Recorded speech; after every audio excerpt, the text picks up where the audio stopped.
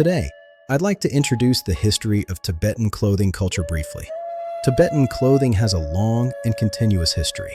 Its formation has been profoundly shaped by the natural environment and harsh climate of the Tibetan Plateau, where survival has always required practical wisdom. At the same time, patterns of production and daily life played a decisive role in how clothing developed.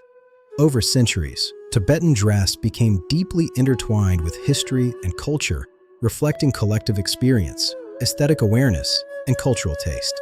According to legend, the ancestors of the Tibetan people once lived wearing tree bark and surviving on wild fruits. From this early stage, Tibetan clothing culture gradually evolved.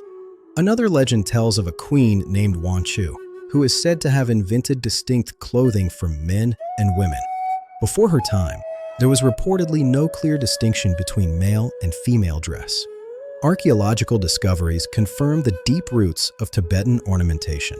The earliest known personal ornaments date back about 5,000 years to the Kuro Neolithic site.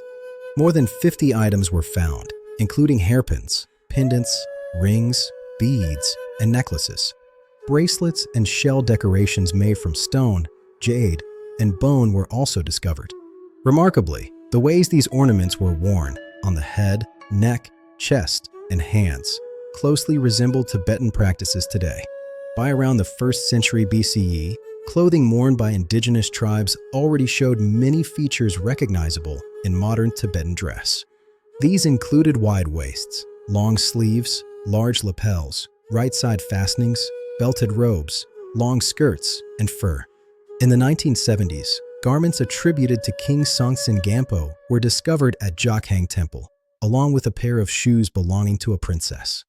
Songtsen Gampo's robe featured a wide waist and a large lapel made from high-quality lawa, a traditional woolen fabric. The princess's shoes closely resembled today's Gallic boots, with cowhide soles, woolen uppers, and simple floral embroidery. From a geographical perspective, Tibetan clothing can be divided into agricultural and pastoral types. Clothing also reflects rural or urban lifestyles. Social status further shaped clothing styles. Official attire often used fine materials, intricate craftsmanship, and strict rules linking dress to rank, distinguishing commoners, monks, and high-ranking officials. Tibetan hats are exceptionally diverse. Felt hats are among the oldest, recorded by the scholar Jindun Chapel. The sacred mountain Amni Makin was once depicted wearing one. Similar hats can still be seen today. The sacred mountain Amni Makin range represents a connection between the land and the people's traditions. Similar hats can still be seen in parts of Amdo today. Tibetan boots, worn by both men and women, are long, sturdy, and well adapted to the plateau environment. They are mainly divided into two types, Songba and Galyuo. Finally, one distinctive waist ornament, both practical and symbolic, served as a tool and a weapon, an everyday cutting implement for meat or for clearing thorns. It was essential for survival and daily life on the plateau, combining utility with artistic expression.